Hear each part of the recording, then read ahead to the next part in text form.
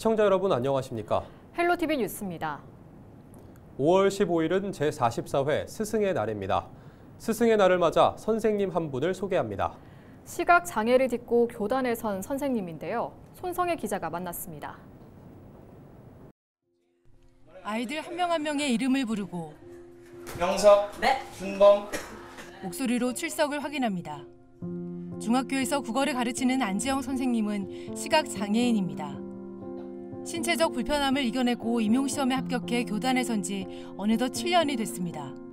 중학교 때 좀 기억에 남는 선생님이 계셨어요. 그분이 어떤 학생 입장에서 생각하시고 말씀하시고 하는 부분이 굉장히 마음에 와닿아서 선택을 하게 되었고, 오늘 수업 내용은 정보를 전달하는 글쓰기.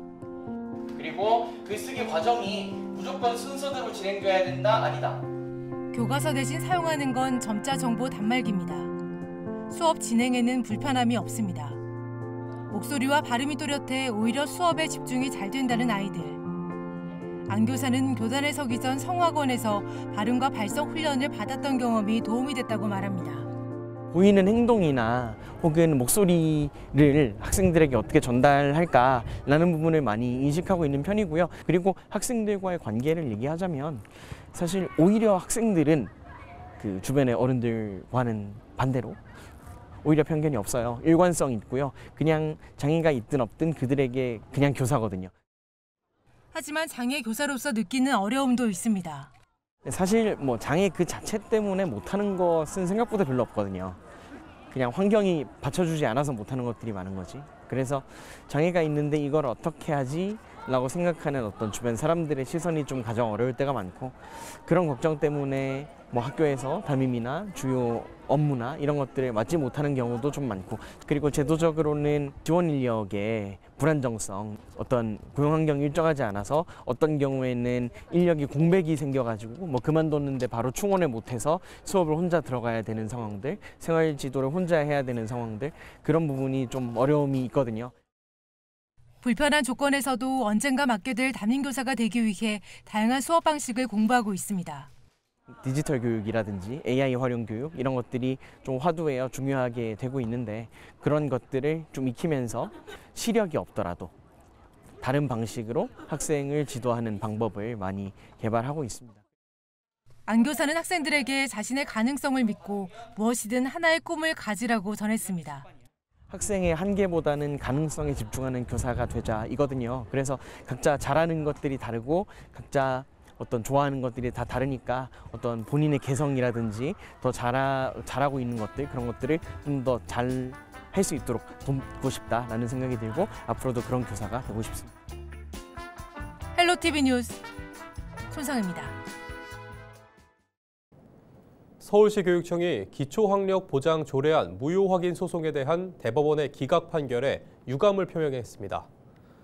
시 교육청은 15일 오전 보도자료를 내고 이번 판결로 기초학력 진단 결과 공개가 학교와 지역 간 과열 경쟁과 서열화를 심화시킬 수 있다고 지적했습니다. 조례 제정 취지인 서울 학생의 기초학력 보장 강화 목적에는 공감하지만 평가 결과 공개가 정책의 본질적 목적에 부합하지 않는다는 입장이라고 했습니다. 해당 조례는 지난 2023년 서울시 의회가 제정했으며 서울 초중고 학생들의 기초학력 진단검사 결과를 공개할 수 있도록 하는 내용이 담겨 있습니다. 양천구가 아이 키우기 좋은 양천구 실현을 위해 임신과 출산, 육아를 위한 맞춤형 프로그램을 지원합니다. 모자 건강증진센터에서 진행하는 프로그램은 예비 부모와 임산부 영유아 가족과 심리 지원 등 4개 분야 14개 교육이 진행됩니다. 각 프로그램은 무료로 진행되며 분야별 전문가를 초빙해 강좌별 특성에 따라 대면과 화상 교육으로 운영됩니다. 참여를 희망하는 구민은 양천구 보건소 홈페이지나 통합 예약 포털에서 신청할 수 있습니다. 은평구가 지역 청년들의 정서 안정을 돕기 위해 독서 심리치료 프로그램을 운영하고 있습니다. 독서 심리치료 프로그램은 책을 읽고 감정을 나누며 글쓰기를 통해 마음을 치유하는 방식으로 집단 상담과 자기 이해를 돕는 글쓰기 활동으로 구성되어 있습니다. 지난 몇 달 사이 경기도에서 폐업하는 음식점의 수가 개업하는 음식점 수를 넘어섰습니다. 온라인 소비 증가와 외식 소비 감소 때문인데요. 유동인구가 많은 전철역 상권에서도 문을 닫고 있습니다. 이관성 기자가 보도합니다. 유동인구가 많은 부천의 한 전철역 출입구 상가입니다. 폐업한 음식점 자리 한 곳이 수개월 동안 세입자를 찾지 못하고 있습니다. 바로 옆 유명 베이커리가 있던 상가도 텅 비었습니다. 임대 홍보 문구와 철거 흔적만 남아 있습니다. 전철역 코앞 상권인데도 이곳엔 비어가는 점포가 늘고 있습니다. 유동 인구가 많아도 영업이익보다 손해가 커 문을 닫는 자영업자들이 늘고 있는 것입니다. 자영업이 악화되고 있는 현실은 통계에서도 뚜렷하게 드러나고 있습니다. 지난 1년 사이 경기도 음식점 개폐업 동향을 보면 지난해 11월부터 폐업하는 점포 수가 개업하는 점포 수를 앞지르기 시작했습니다. 12월에는 이례적으로 폐업 점포 수가 개업 점포 수의 2배를 넘었습니다. 지난 1분기 경기도 31개 시군 중에는 25개 시군에서 폐업 점포 수가 개업 점포 수보다 많았습니다. 경기도 대부분 지역에서 음식점들이 줄고 있는 것입니다. 팬데믹 이후 온라인 소비가 늘면서 오프라인 소비는 계속 줄고 있습니다. 비용 증가와 불확실한 경제 상황들이 자영업자들의 점포 운영을 포기하게 만들고 있습니다. 온디맨드 경제 이것이 완전히 활성화되고 커지고 이러다 보니까 플랫폼 기반의 여러 가지 그 음식을 내가 원하는 곳으로 원하는 형태로 그냥 갖다 준다라고 하는 것들이 소비자들의 편의성을 되게 높여버렸다. 어떤 식당이나 이런 데를 방문하거나 이용하는 그러한 형태들은 더욱더 많이 줄어든. 소상공인들은 창업보다 폐업을 막는 정책이 더 시급하다는 입장입니다. 창업 지원이 주로 많이 지원이 되고 있는데 지금은 장사가 안 되기 때문에 폐업을 좀 도와주거나 줄일 수 있는 걸 도와주는 게 더 효과적이라고 생각하거든요. 중간에 도움을 받아서 줄일 수 있는 건데 그걸 놓치고 그냥. 물가 상승과 온라인 소비 증가로 외식 소비는 줄고 있고 프랜차이즈 홍수와 배달 경쟁 속에서 문을 닫는 음식점들은 점점 늘고 있습니다. 헬로티비 뉴스 이관서입니다. 스승의 날을 앞두고 실시된 인천 지역 초중고 특수학교 및 국공립 유치원 교사를 대상으로 한 교사 직무 만족도가 매우 낮게 나왔습니다. 인천 교사노동조합은 지난 10일부터 12일까지 인천 지역 교원 738명을 대상으로 설문조사를 한 결과 교직 생활에 만족한다는 응답은 27.7%인 205명이었다고 밝혔습니다. 만족하지 않는다는 응답은 32%인 236명이었고 보통이다라는 답변은 40.2%인 297명으로 집계됐습니다. 직무 만족도가 낮은 이유로는 81.8%인 604명이 교권 침해와 과도한 민원이라고 답했습니다. 이어 77.5%인 572명이 낮은 급여와 연금 축소라고 답했습니다. 최근 3년간 명예퇴직이나 사직에 대해 고민한 적이 있다는 교사는 62.8%인 463명에 달했습니다. 인천 교사노조는 교직이 사회적으로 존중받지 못하면서 생기는 회의감이 교사들이 학교를 떠나는 주된 이유라고 설명했습니다. 경기도 특별사법경찰단이 의료기관의 불법 의료 광고 행위 13건을 적발했다고 15일 밝혔습니다. 도 특사경은 지난 4월 7일부터 18일까지 지역 의료기관 105곳을 대상으로 불법 의료 광고 행위 집중 수사를 실시했는데요. 과장 광고와 미심의 광고 등 위반 행위를 적발했다고 설명했습니다. 주요 위반 사례를 살펴보면 A 의원은 법적 근거 없는 전문의 명칭을 사용해 광고하다 적발됐는데요. B 병원은 간호 등급이 2등급이면서 1등급으로 거짓 광고한 것으로 확인됐습니다. 서울시가 출산 가정의 주거비 부담을 덜어주기 위해 전국에서 처음으로 출산 무주택 가구 주거비 지원 사업을 시작합니다. 지원 대상은 올해 1월 1일 이후 출산한 무주택 가구 중 기준 중위소득 180% 이하인 가정으로 전세가 3억 원 이하 또는 월세 130만 원 이하인 경우 월 최대 30만 원씩 2년간 지원받습니다. 서울시는 지원 기간 또는 지원 종료 뒤에도 아이가 추가로 태어날 경우 출생아 1명당 1년씩 최대 2년을 추가로 지원할 계획입니다. 자녀 출산 무주택 가구 주거비 지원 신청은 몽땅 정보 받는 키 누리집에서 20일부터 접수합니다. 인천시가 재난방송의 효율적인 수행을 위해 재난방송협의회를 출범하고 첫 회의를 열었습니다.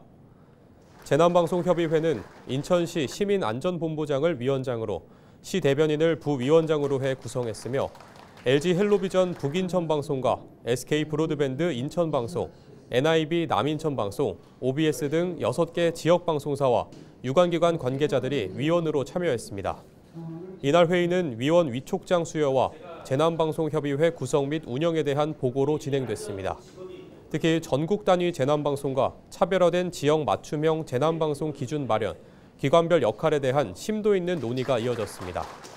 유정복 인천시장은 재난 상황에서는 시민들에게 신속하고 정확한 정보를 제공하는 것이 무엇보다 중요하다며 재난방송협의회를 중심으로 방송사, 유관기관과 긴밀히 협력해 신뢰할 수 있는 재난방송 체계를 구축하고 재난 발생 시 사회적 혼란 방지와 피해를 최소화하는 데 그 역할을 다해달라고 말했습니다.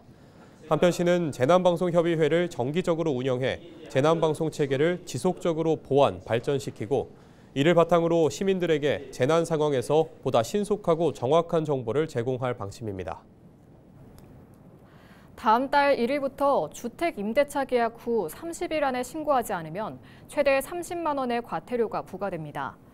신고 대상은 보증금 6천만 원 또는 월세 30만 원을 초과하는 주택 임대차 신규, 변경, 해지 계약 등으로 계약금 변동이 없는 갱신 계약은 제외합니다. 신고는 거래 당사자나 거래 당사자에게 위임받은 사람이 할 수 있고 주택 소재지 행정복지센터에 계약서 또는 신고서를 제출하거나 부동산 거래관리 시스템 누리집을 통해서도 할 수 있습니다.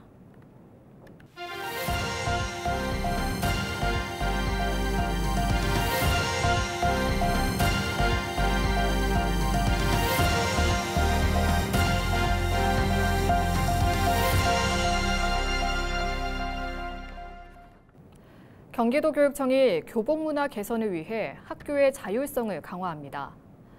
도교육청은 학교별로 자유복, 유사단체복, 비정장형 교복 등 복장을 자율적으로 선택할 수 있도록 유형별 개선 방안을 마련했습니다. 또 교복 구매 방식에 대한 개선 방안도 제시했습니다.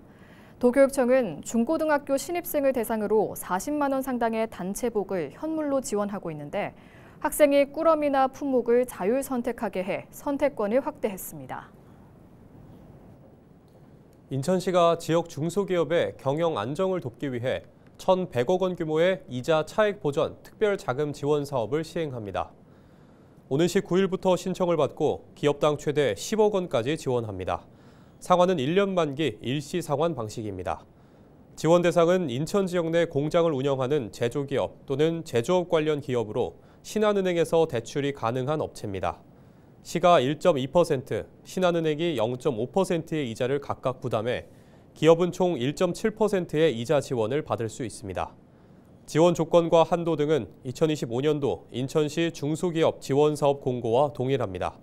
자세한 내용은 인천시 누리집에서 확인할 수 있으며 문의는 인천 테크노파크 경영지원센터로 하면 됩니다. 서울시가 올여름 폭염과 폭우 등 기후 재난에 대비한 종합 대책을 내놨습니다. 서울시는 15일부터 10월까지 풍수해 재난안전대책본부를 24시간 운영합니다. 폭염특보가 발령되면 사회복지사가 취약계층 어르신 3만 명의 안부를 확인하도록 했습니다. 또 서울역 등 노숙인 밀집 지역 50여 곳에는 응급구호반을 배치하고 이동 목욕 서비스도 추진됩니다. 관악, 영등포 등 반지하 주택이 많은 지역에는 반지하 침수 경보시설을 설치하고 침수 경보가 발령되면 반지하 주택에는 혼자서 이동이 어려운 중증 장애인과 노약자 등을 돕기 위한 동행 파트너가 찾아가 대피를 지원합니다. 서울시 교육청이 2025 서울 학생 문해력, 수리력 진단검사를 실시합니다. 학생 문해력, 수리력 진단검사는 학생들의 역량을 측정하는 진단도구로 2023년 초등학교 4학년, 6학년, 중2, 고1 학생을 대상으로 처음 진행됐습니다. 올해부터는 학생들이 검사에 좀 더 편하게 참여할 수 있도록 종이검사에서 컴퓨터 검사를 바꿔 700개 학교 약 12만 명의 학생을 대상으로 실시합니다. 이상으로 뉴스를 마칩니다. 시청해주신 여러분 고맙습니다.